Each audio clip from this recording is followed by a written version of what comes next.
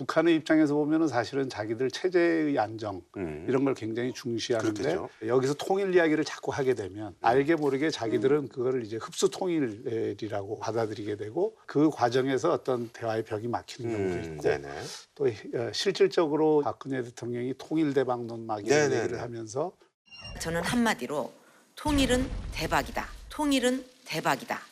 당시에 국정원이나 이런 쪽에서 한쪽에서는 네. 북한 체제가 오래 못 갈 거라는 걸 전제로 해서 북한 체제를 흡수하겠다 이런 전략을 일부에서 가졌던 걸로 확인이 그래서 되고 뭐 있습니다. SNS 이런데 뭐 북한이 예. 뭐 조만간에 뭐 무너질 절단 난다고 막 그런 얘기 있었어요. 근데 제가 네, 이제 새로운 건 없다고 말씀드린 이유가 있는데 네네.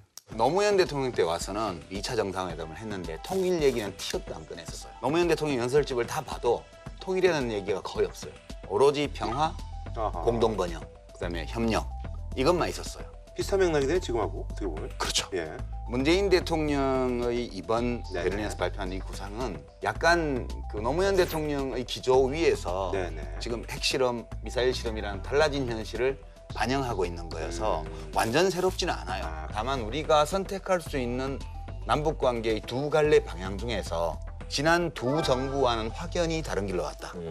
확연히 다르다는 거는 뭐 모르겠는데 네. 방점이 다르다는 건 분명해요. 네네네. 그러니까 이제 평화 이슈를 중심에 둔다는 거는 어쨌든 한반도에서 전쟁 발발 네네네. 내지는 거의 그에 준하는 상황을 막는데 모든 네. 정책에 초점을 맞추겠다는 얘기거든요. 그러니까 이게 왜 이런 구상이 나왔냐 그 배경이 조국의 평화적 통일을 추진하는 것이 대통령의 임무로 우리 헌법에 나와 있어요. 근데 우리가 사실 말이 쉬워서 평화 통일이지 북한하고 우리하고 체제가 완전 다르잖아요. 이쪽이 동그라미면 거기는 세모예요. 네. 그럼 세모하고 동그라미를 합칠 방법은 없어요. 동그라미가 세모가 되거나 세모가 동그라미가 되거나 아니면 뭐 동그라미는 네모로 만들고 세모도 네모로 만들어서 제3의 방식으로 합치거나. 근데 북한이 스스로 선택하기 전까지는 물리적 수단을 쓰지 않고는 이 두 체제를 갖게 할 방법이 없어요.